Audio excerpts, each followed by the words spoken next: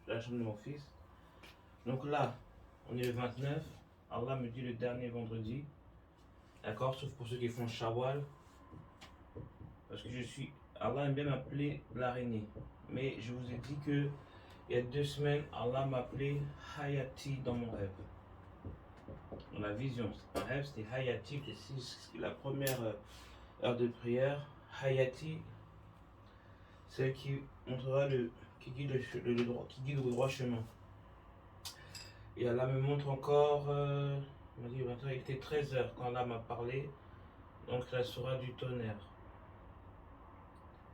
Et dès que j'ai ouvert le Coran, je ne vais même pas écrire, je suis fatigué, c'était la sourate la fumée. Donc, Allah vous prévient encore, pour les idolâtres, les polythéistes, vous allez payer encore. Allez là, je vous le dis. Donc, Allah m'a parlé de la Trinité, d'accord? Parce que vous, les chrétiens, vous dites au nom du Père, du Fils et du Saint-Esprit. Vous avez copié, parce qu'on dit que l'Éternel est le très haut, d'accord? Pourquoi le très haut? Parce que vous savez qu'en espagnol, ça veut dire 3. L'Éternel, le 3 haut, d'accord? Il y en a 3. Pourquoi? Parce que l'Éternel vous montre son côté masculin, c'est le haut. On peut dire, voilà, vous voyez, Léo, je dis que c'est le lion. Mais là, on ne parle pas du lion, on coupe, c'est le haut. D'accord? Donc, on écrit le haut. Le genre de l'Éternel est le haut. D'accord? Maintenant, où est l'Éternel? L'Éternel est là-haut. D'accord? Donc là, on met son lieu. Là-haut. Et qu'est-ce que nous donne l'Éternel? Le don. L'Éternel nous donne l'eau, la source de vie. L'eau. Vous voyez les adjectifs? Le, la, elle. Le, la, elle. C'est-à-dire qu'il y a un masculin, un féminin et le elle tout seul. Ça fait un tout. D'accord? Ça fait le 3, 3, 3. 3, 3, 3. Et là, 5, c'est le 51, c'est le 6. D'accord? Donc on voit que c'est déjà, c'est ce qui fait battre la vibration de l'Éternel. Donc, le haut, là-haut, l'eau. Donc on voit très bien qu'il y a les 3 hauts. Les 13 hauts, il y en a 3 hauts. D'accord? Il y en a 3. C'est ça la Trinité. Le haut, là-haut, l'eau. L'Éternel est le haut, qui est là-haut, qui nous donne l'eau. D'accord? C'est pas ce que vous êtes en train de faire, votre polythéisme là, vos associations de divinité. Ok? Divinité. Donc maintenant, donc Allah va montrer comme ça, comme ça, comme ça. Donc on va faire l'eau, encore l'eau, encore l'eau. Il nous reste Ea. Et A, c'est la divinité qui va agir au nom d'Allah. Je vais l'expliquer après. Donc on voit que la lettre 12, c'est la lettre L, donc ça nous donne un 3. D'accord? Et le 15, c'est la lettre O, ça donne un 6, ça fait 36, 36, 36. Ça bat 3 fois. Quelle est la sourate du cœur du Coran? Selon unis.fr, d'après Anas, le prophète a dit, toute chose a un cœur et le cœur du Coran est la sourate Yassine.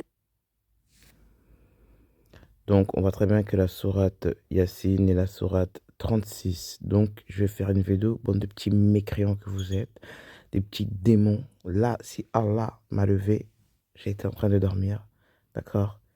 Et là, Allah est fâché parce que j'ai pas envie d'entrer dans l'ego. Attendez, on commence. D'accord? Et il est dit que toute chose a un cœur.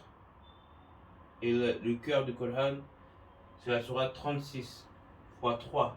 Alors là, c'est-à-dire que on est en esprit, en temple, corps et en âme. C'est le 36. L'eau, l'eau, l'eau. D'accord? C'est la sourate Yassine. Je vais mettre Yassine. Hein. Yassine. D'accord. Maintenant, on va regarder la sourate Yassine, qui est la sourate 36. Vous allez comprendre. 36. Oh, j'y suis. Vous voyez, j'y suis. J'ai rien fait. J'ai mis mon doigt, j'y suis. Donc, ce qui fait, c'est la sourate 36, verset 51. Qu'est-ce que nous dit Allah? Et on soufflera dans la trompe, et voilà que les tombes, et voilà que des tombes, ils se précipiteront vers leur Seigneur. Je répète 3 fois. Et on soufflera dans la trompe, et voilà que des tombes, ils se précipiteront vers le Seigneur. Encore. Et on soufflera dans la trompe, et voilà que des tombes, ils se précipiteront vers leur Seigneur. Donc Allah est le seul qui ressuscite les morts. Je vous l'ai dit 3 fois, donc ça nous donne 36. Léo, le haut, là-haut, l'eau. C'est un code 3651. Donc, à la base, je suis et à la divinité, Isis, qu'on nomme Issa, Sia, le Christ. Mais là, je regardais, qu'est-ce qu'ils ont mis sur moi? Déjà, ils m'ont mis avec une robe et une barbe. Ça va aller, une couronne. Donc, Dieu des eaux douces, Aya, souveraine de sagesse des arts et techniques, magie, exorcisme. Oui, j'ai fait beaucoup d'exorcismes, c'est-à-dire que je vais aller chez les gens, enlever les djinns. La dernière fois que je l'ai fait, c'était il y a 3 semaines. Mais je le fais plus parce que ça me rend malade. C'est fini ce temps-là. Ea ou Aya dans les langues sémitiques antiques comme l'akkadien, connu sous le nom d'Enki, d'accord, c'est-à-dire en, qui, en la source, Enki, hein, je vous ai dit c'est quoi déjà le qui. Dans les textes sumériens est une des grandes divinités de la Mésopotamie antique et largement du Proche-Orient ancien. Ce personnage mythologique est peut-être apparu à la rencontre des deux figures, une divinité d'origine sémitique et une autre d'origine sumérienne, les attributs de la seconde ayant manifestement pris le dessus par la suite. Ea Enki est considéré comme le maître des eaux douces souterraines, Abzu de la sagesse, des arts et des techniques, des eaux douces de la magie, Majouj, et de l'exorcisme. Dans les récits mythologiques, c'est une divinité très importante qui intervient à plusieurs reprises en tant que démiurge ou conseiller, oui, et aide lors des situations de crise que rencontrent les autres grandes divinités. Il était vénéré en Mésopotamie, notamment dans les villes d'Eridu, dont il est le patron et disposait des sanctuaires dans de nombreuses villes. Son culte a connu un grand succès durant l'Antiquité puisqu'il est attesté jusqu'en Anatolie et au Levant durant la seconde moitié du deuxième millénaire avant le JC, Jules César. Le terme Ea a été interprété par les anciens Mésopotamiens comme dérivé du sumérien signifiant maison de l'eau. Oui, c'est vrai, moi je suis dans la maison, il y a de l'eau et de l'herbe. Il est possible qu'il faille plutôt lui chercher une origine sémitique liée à la racine grecque signifiant vivre ou exister qui se rapproche le plus de son nom en pays proprement sémitique, Ebla Aya Amari. Cette racine indique peut-être qu'à l'origine, il était une divinité sémitique conçue comme un dieu créateur, Sarfola. Bon, l'éternel Allah n'est pas un dieu. Créateur, la vie divinisée ou bien une divinité agraire, son nom étant proche d'un autre signifiant un type de grain. Oui, le grain. Le nom de la divinité sumérienne Enki peut être décomposé en sumérien entre En, Seigneur, et Ki, souvent traduit par terre, mais qui désigne en fait l'en bas, le monde souterrain situé sur la surface de la terre, contrepartie du ciel En. Enki est en effet le dieu des eaux souterraines qui, selon la cosmologie mésopotamienne, coule entre la surface de la terre et les enfers, espace nommé l'abîme, Abzu. Absu, il apparaît également dans les textes sumériens sous les noms Nudimud ou Ninshiku. Vous voyez, ils veulent toujours aggraver les choses. On va dire c'est en Ishtar. Ok. Donc vous avez bien vu, en tout cas c'est l'esprit Ea. C'est pas ce qu'ils ont dit là. Ils ont dit, on va dire 80% de vérité, le reste est 20% de mensonge. On continue la vidéo. Maintenant, on va L'éternel va me donner ce code tout de suite, alhamdoulilah. C'est vrai que je suis pas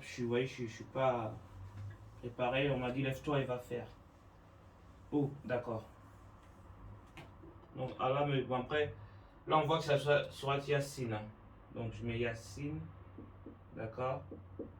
Pour après. Parce que Yassine, ça nous donne Issa, Y, le Yod, hin, dans le yod.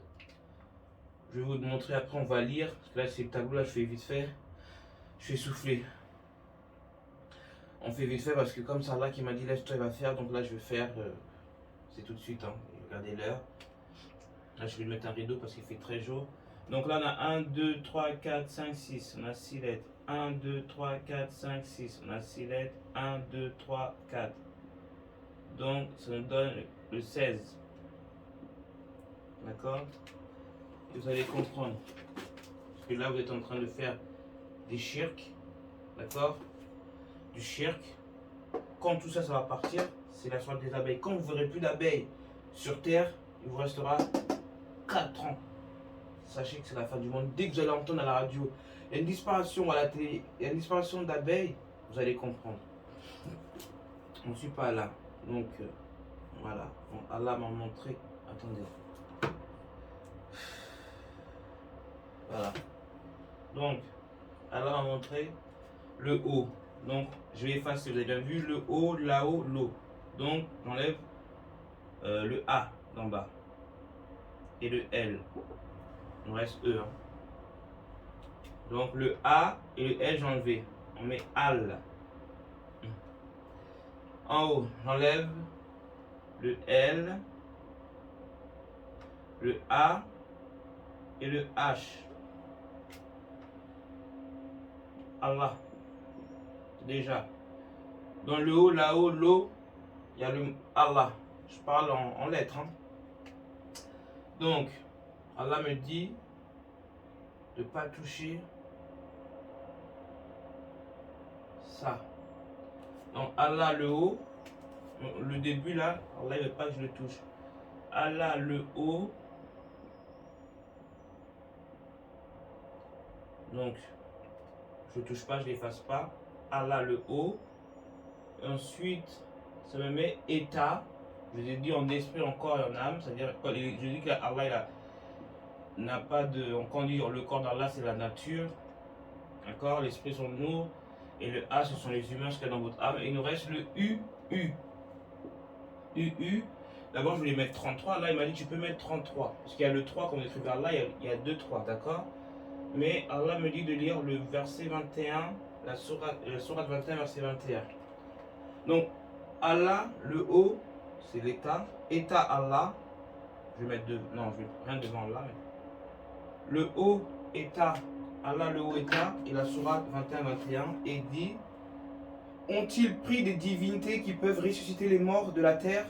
C'est-à-dire que dans le haut, là-haut, le très haut, excusez-moi, oh là là, je suis fatigué. Le haut, là-haut et l'eau, le code qui sort, c'est Allah, le très haut état. C'est-à-dire en tout. D'accord?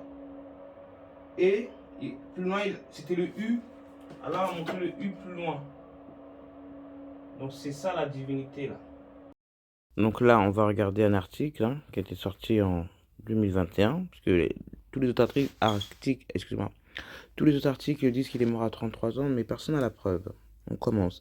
Les pages de la Bible cachent de puissants secrets, une vaste réserve de connaissances inexplorées qui attendent d'être démêlées. Isaac Newton a écrit plus d'1 million de mots pour tenter de déchiffrer les véritables sens des Écritures, y compris le manuscrit de 1704 affirmant qu'il avait extrait de la Bible des informations scientifiques occultes. Chétanique, chéatine. Les Corinthiens disent ouvertement que les paraboles ont 2 couches de signification, le lait pour les enfants et la nourriture solide pour les adultes. Oui, ce qui signifie que le lait est une lecture diluée pour l'esprit des enfants et la nourriture solide. Le vrai message accessible uniquement aux esprits matures. Nous lisons tous deux la Bible jour et nuit, mais tu lis en noir là où je lis en blanc. Que signifie 33 ans dans la Bible? À l'époque de Pythagore, 6 siècles avant Jésus-Christ, la tradition de la numérologie vantait 33 comme le plus élevé de tous les maîtres nombres. De toute façon, ça c'est la franc-maçonnerie. Il était le plus sacré, symbolisant la vérité divine. Jésus a été crucifié à 33 ans, bien qu'il n'y ait aucun indice historique à ce sujet. Rien n'est dit sur l'enfance et la jeunesse de Jésus. Ce n'est pas non plus une coïncidence si Joseph était censé avoir 33 ans lorsqu'il a épousé la Vierge Marie, ou si Jésus a accompli 33 miracles, ou si le nom de Dieu a été mentionné 33 fois dans la Genèse. Ce nombre est inscrit dans les textes et la tradition des différentes religions de la planète. La Bible affirme que le roi David a régné à Jérusalem pendant 33 ans et que Jésus avait 33 ans lorsqu'il est mort sur la croix. On prétend aussi que l'hindouisme compte 33 000 dieux et qu'en islam, Les musulmans croient que les habitants du ciel existent éternellement avec un âge de 33 ans. En outre, les musulmans eux-mêmes ont 33 pères pour la prière. Allez donc. Dans d'autres religions, le nombre apparaît également en islam. Tous les habitants du paradis ont éternellement 33 ans. La Bible contient l'Ancien Testament, le Nouveau Testament et une précieuse collection d'écrits philosophiques de la franc-maçonnerie. Mais c'est ça. La Bible et ses mystères ainsi que ses informations chiffrées infinies sont l'objet d'études et d'apprentissage des francs-maçons. La base de la colonne vertébrale ou sacrum signifie littéralement os sacré. La colonne vertébrale est composée précisément de 33 vertèbres.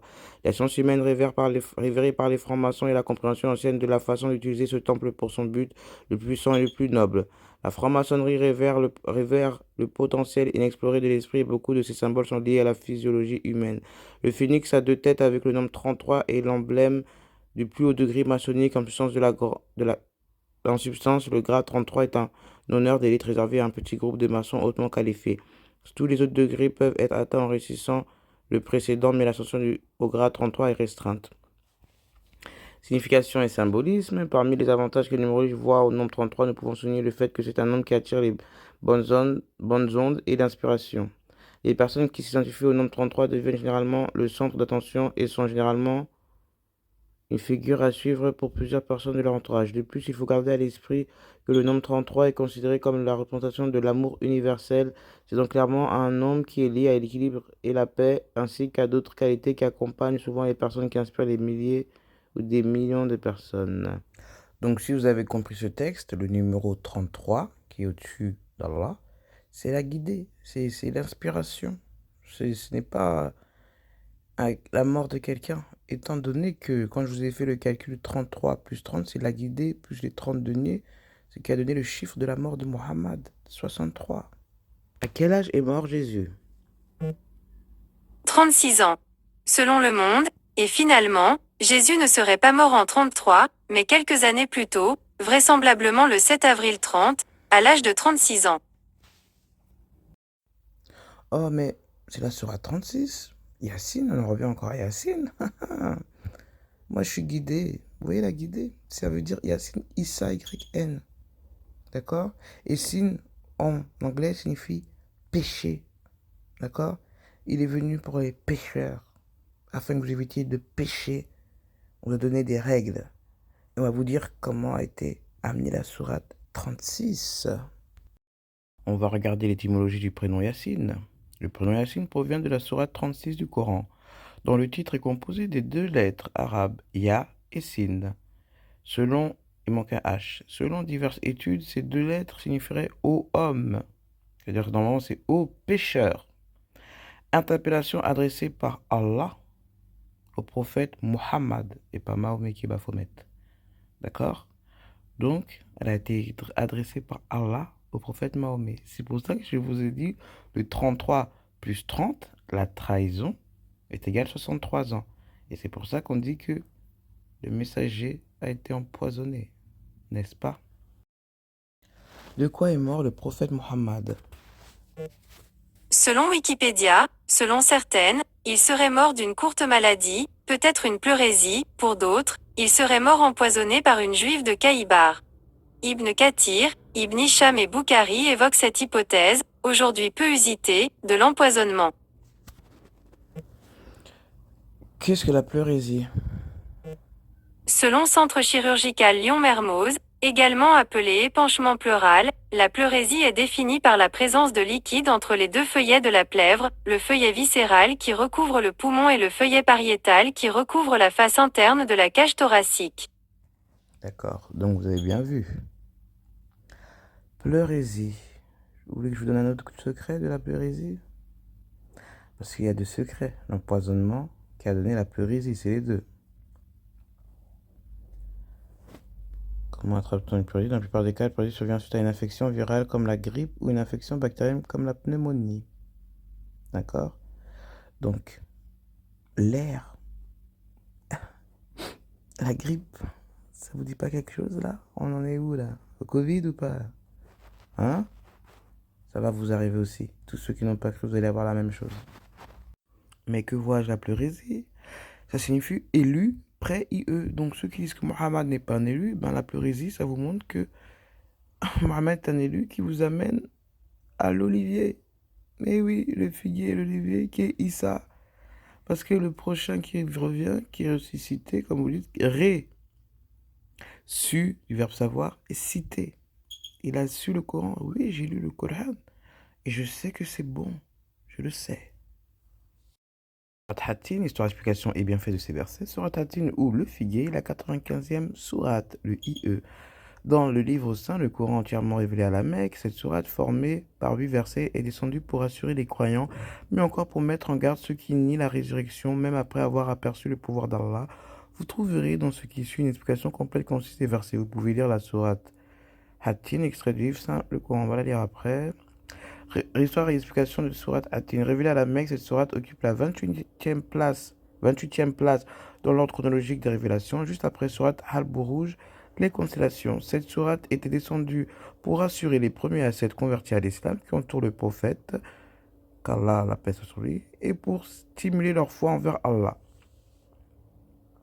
Que la paix d'Allah soit sur vous. Le contenu de sourate Hatin réside d'un côté dans le rappel aux croyants de la récompense qui leur est réservée par Allah, et d'un autre côté dans l'invitation des non-croyants à rejoindre la religion de l'islam, tout en avertissant ces derniers qu'ils seront déshonorés s'ils persistent dans leur ingratitude. Pourquoi Allah a-t-il juré par le figuier, l'olivier, le mont Sinaï et la Mecque? Dans les 3 premiers versets, Allah entame la sourate par un serment faisant référence à 3 endroits sacrés où il avait transmis ses révélations à 3 de ses messagers. Le figuier et l'olivier en référence à Issa, le mont Sinaï, l'endroit où il avait révélé la Torah à Moïse, le Tanakh, déjà c'est pas la Torah, c'est le Tanakh à Moïse, et la cité sûre en référence à la Mecque et de toute évidence à notre messager Mohammed. D'accord? Que la paix d'Allah soit sur lui. Allah avait juré sur le figuier et l'olivier, les 2 arbres bénis, comme il a été mentionné dans Sourate An-Nur, verset 35, un olivier ni oriental, ni occidental, dont l'huile semble éclairer sans même que le feu la touche, lumière sur lumière. Vous avez compris? Donc, Mohammed est près de l'olivier qui arrive. L'olive, je vous ai déjà fait une vidéo, vous avez qu'à regarder les anciennes vidéos. Nom d'Allah, le pardonneur, le très pardonneur, 3 fois Allah vous pardonne. Par le figuier et l'olivier, et par le mont Sinaï, et par cette cité sûre, nous avons certes créé l'homme dans la forme la plus parfaite, ensuite nous l'avons ramené au niveau le plus bas, sauf ceux qui croient et accomplissent les bonnes œuvres, ceux-là auront une récompense jamais interrompue. Après cela, qu'est-ce qui te fait traiter de la rétribution de mensonge? Allah n'est-il pas le plus sage des juges? Mais j'aime pas des juges. Allah est sage. Voilà. Il n'y a personne qui peut... Voilà. Allah est sage. Point. 2 plus 1, 2 plus 1, parce qu'on peut mettre 42. Et c'est pas ça, c'est 2 plus 1, 2 plus 1, ça fait 33. D'accord? Je répète. Ont-ils pris des divinités qui peuvent ressusciter les morts de la terre? Et Allah vous pose la question dans la sourate Al-Anbiya, les prophètes, sourate 21, verset 21. Ont-ils pris des divinités qui peuvent ressusciter les morts de la terre? Ah oui, vous avez pris. Jésus-Christ ressuscite les morts. Psaume 49, verset 15. Jésus lui dit, celui qui relève de la mort, c'est moi. La vie, c'est moi. Celui qui croit en moi aura la vie même s'il meurt. Vous avez compris qu'il a dit qu'il est l'Éternel. Non, là c'est bien écrit. C'est-à-dire qu'il faut suivre ce qu'il a dit. On n'a pas dit de vous le suivre, de suivre ce qu'il a dit, sa parole. D'accord? On continue. Jean 11, verset 25. L'ange dit aux femmes, n'ayez pas peur. Je sais que vous cherchez Jésus, celui qu'on a coulé sur une croix. Il n'est pas ici, il s'est réveillé de la mort. Comme il a dit, venez voir l'endroit où il était couché. Vous croyez qu'Allah, il meurt? Astaghfirullah. Arrêtons. Ensuite, il dit à Thomas, avance ton doigt, Matthieu 28, versets 5 à 6. Ensuite, il dit à Thomas, avance ton doigt ici, et regarde mes mains, avance ta main et mets la main dans mon côté. Arrête de douter et crois. Thomas lui répond, mon Seigneur et mon Dieu. Jésus lui dit, tu crois parce que tu m'as vu. Ils sont heureux ceux qui n'ont pas vu et qui croient. Il dit, mon Seigneur et mon Dieu. Il n'a pas dit, et l'Éternel. C'est pour ça que là, je leur dis rien. Mon Seigneur et mon Dieu. Il n'a pas dit l'Éternel. Jean 20, 27, 29. Est-ce que ta bouche affirme devant tous que Jésus est le Seigneur? Est-ce que tu crois dans ton cœur que Dieu l'a réveillé de la mort. Déjà, bon, Dieu, que l'Éternel l'a réveillé de la mort. Dans ce cas, tu seras sauvé. Il n'a pas dit qu'il s'est réveillé tout seul. D'accord? Jean a bien dit, l'Éternel l'a réveillé de la mort. Dans ce cas, tu seras sauvé. En effet, quand nous croyons que de tout notre cœur, l'Éternel nous rend juste, quand nous affirmons notre foi devant tous, il nous sauve. Lettre Romains 10, verset 9, 10. Quand je le vois, je tombe à ses pieds comme si j'étais mort, mais il pose sa main droite sur moi et dit, n'aie pas peur, je suis le premier et le dernier, je suis le vivant, j'étais mort, mais maintenant je suis vivant pour toujours et j'ai le pouvoir sur la mort et sur le monde des morts. Voyez? Il vous dit qu'il n'est pas l'Éternel en vrai. Les chrétiens, je sais pas si vous êtes gaou, je sais pas. Apocalypse 1, verset 17 à 18. Nous annonçons que le Christ est réveillé de la mort. L'Éternel n'est pas... ne se réveille pas parce que l'Éternel fait la mort.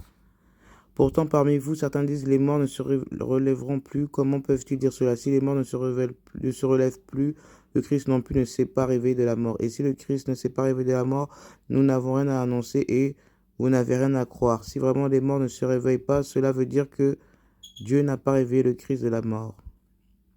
Dans ce cas, nous sommes de faux témoins de Dieu. En effet, nous avons été témoins contre Dieu en affirmant qu'il a réveillé le Christ de la mort si les morts ne se réveillent pas. Le Christ non plus ne s'est pas réveillé de la mort. Et si le Christ ne s'est pas réveillé de la mort, votre foi est vide et vous êtes encore dans vos péchés. Alors, ceux qui sont morts en croyant en Christ sont perdus. Si nous avons mis notre espérance dans le Christ pour cette vie seulement, nous sommes les plus malheureux de tous. Mais en réalité, le Christ s'est réveillé du milieu des morts. Parmi les morts, le Christ s'est réveillé le premier pour que les autres morts se réveillent aussi. Oui, si on vous écoute, Christ s'est réveillé le premier de la mort, mais c'est pas Christ qui est venu réveiller Lazare. Lazare était mort. Donc je sais pas ce que vous dites, c'est un peu erroné. Donc le premier qui s'est réveillé, c'est Lazare. Puisque le Christ l'a appelé pour qu'il se réveille. D'accord? Donc arrêtez de mentir là. 1 Corinthiens, oui, Dieu a tellement aimé le monde qu'il a donné son Fils unique. Ainsi, tous ceux qui croient en lui ne se perdront pas loin de Dieu, mais ils vivront avec lui pour toujours. En effet, Dieu n'a pas envoyé son Fils dans le monde pour condamner le monde, mais l'a envoyé pour qu'il sauve le monde. D'accord? Donc, on arrête, parce que j'ai un peu mal à la tête, là. D'accord? Oui, on l'a envoyé pour les pécheurs. Mais on l'a pas envoyé sur la croix, comme le bouc émissaire.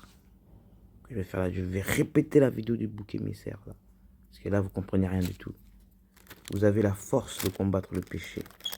On vous a envoyé les lois de par Moïse. L'Éternel ne fait rien en vain. Donc c'est à dire que tout ce que l'Éternel a fait, c'est Jésus qui est venu effacer. Donc vous êtes encore les humains, vous vous prenez encore pour je sais pas quoi, des dieux. Non. L'Éternel ne fait rien en vain. Donc continuez à boire votre vin et vous irez dans le monde de l'alcoolisme, de Baphomet. Avec le bouc émissaire. Parce que jamais, quand Allah va demander à Jésus, que vous dites là, tu as dit que tu es le fils, c'est pas ça. Mais Allah sait déjà que vous mentez. Donc Allah ne posera pas la question, mais dans le Coran, on vous le dit pour que vous vous reteniez bien ce jour-là. Car Allah sait déjà tout ce qui va se passer et tout ce qui se passe. L'Éternel sait tout. Allah le haut état. Le haut état, normalement c'est le haut état et ensuite ça fait Allah. Le haut état, je répète, le haut état Allah. Et là on pose la question, avez-vous quelqu'un? Vous êtes maudit. Donc là j'ai fini. Là je vais vous lire Yassine, le code c'est Issa, qui est le Yod, c'est la main d'Allah, qui est la Vierge. Et le N, une unité de poids de mesure. D'accord? Là, je vais vous lire, je vais vous montrer au tableau, parce qu'Allah m'a dit de vous montrer au tableau. C'est la fin pour vous. Et là, comme je dis, l'araignée, pourquoi l'araignée? Ça va revenir au Yod. Allah m'appelle l'araignée. L'araignée Hayati. C'est comme ça qu'Allah m'appelle. Et je vous dis franchement, je ne savais pas que ça voulait dire quoi Hayati, mais je vais vous le mettre là. D'accord? Et Allah m'a montré. Donc, ça veut dire G-R-A-I-N-E. Donc là, on a la graine. Il nous reste Ea. Vous voyez? Tout à l'heure, je vous ai montré Ea. Lol, lol. Ea. Parce qu'Italien me dit, c'est mon temps. Je vais bientôt sortir. Donc, on en revient à la lettre N de Yassine. Parce qu'en fait, c'est New York. C'est la statue qu'ils ont mis de la liberté. D'accord? Ils savent que c'est une femme. Ils sont en train de jouer avec vous. Donc, N, aîné, l'aîné, la E, AI, N, Ani, N, Ena, Hop, on y arrive. C'est là. Salut Anne. D'accord? Salut Anne. Donc l'âne, ça représente l'esprit de la guidée. Il la traite d'âne. Un âne, oui. Donc New York, la Statue de Liberté, c'est un âne.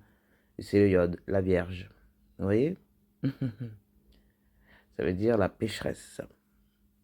Parce qu'elle est descendue de la Djéna pour nettoyer. Mais c'est pas grave. Là, on va passer au Y. Vous pouvez lire le Yod, chercher. J'ai déjà mis, voilà. Là, on en est là. Le Yod, c'est la main. Yad en hébreu, c'est la main d'Allah, la main qui saigne, celle qui permet de faire éclore la vie. Par ailleurs, la couleur de Yod est le rouge sang. Le Yod est la 10e des lettres, des 22e lettres de l'alphabet hébraïque issu de l'alphabet phénicien. Si l'on entend un bras tendu avec une main, elle correspond au iota grec et la lettre I de l'alphabet latin. Les Romains utilisent cette lettre à la fois pour les sons I, J, la lettre J étant bien plus tard la Renaissance. Blablabla. Donc c'est ça. Gématrie valeur numérique 10. Les 10 lois de Moïse. Moussa, Moshe, Mosé. Signe de symbolisme associé, la main, la graine. Je vais vous montrer l'araignée. La graine. Signe astrologique, la Vierge. Je le suis. Couleur associée, le rouge, red light. Caractéristique, le germe, la semence, la fécondation, le sang du Graal. On continue. Vous allez le lire. Hein. Yod est aussi la main qui sème la vie. Yod est la graine. On en revient. Yod est la main qui sème, mais aussi la graine semée monde en puissance. La graine qui tombe en terre promet de donner naissance à un arbre symbole d'un monde harmonieux organisé autour d'un axe, le tronc, ayant pour base le point de germination. Cet arbre, c'est l'arbre de vie qui trône au milieu du jardin d'Éden. Yod nous invite à voir l'arbre de vie qui s'épanouit devant nous, au-delà des illusions dues à notre chaos mental. D'accord? Oui, c'est un peu plus clair. Yod évoque aussi le cœur au milieu du corps. C'est Yacine, le cœur. On revient. Centre de la vie, organe qui diffuse partout le flux nourricier. Le cœur est le point commun à toute chose. Il est l'amour qui coule en toute chose, le souvenir de l'unité cosmique. Yod est le sang du Graal. Yod est le rouge, c'est les couleurs du sang du cœur. Le sang est la sève de la vie. Il symbolise le divin qui coule en l'homme. Le sang rappelle aussi le symbolisme du Graal, coupe de la scène qui aurait servi à recueillir le sang du Christ. Le sang du Christ est le sang de l'alliance versé en rémission des péchés. Yacine. Boire à la coupe, c'est fusionner avec le Christ et retrouver le paradis perdu. Hop, vous cherchez vous-même. J'ai fini. J'ai fait ce qu'Allah m'a demandé. 16h04. C'est fini. Au TEP. Faut savoir que c'est le peuple français qui a offert cette statue aux Américains. Leur petit cirque là. Parce qu'ils savent, avec la flamme et le livre, que c'est Issa. Ah oui, il y en a qui seront... Non, c'est la grande prostituée, la pute de Babylone. Vous connaissez rien du tout. Rien du tout. Donc là, on va analyser juste l'anagramme. Genre, elle est verte et grise. Genre, elle était on l'appelle la verte. Avec toutes les saletés. Il y a eu du gris. Donc, c'est la verte grise. Allez vous renseigner, là. Vous allez voir. C'est des fous, les Français vont payer, là. Oui, Lisa tue la tête à Balder. Balder, j'ai déjà fait une vidéo sur lui, qui est le Jésus, là. Ça veut dire la statue de la liberté. Ils savent très bien qu'ils vont perdre, mais ils veulent emmener ça aux États-Unis.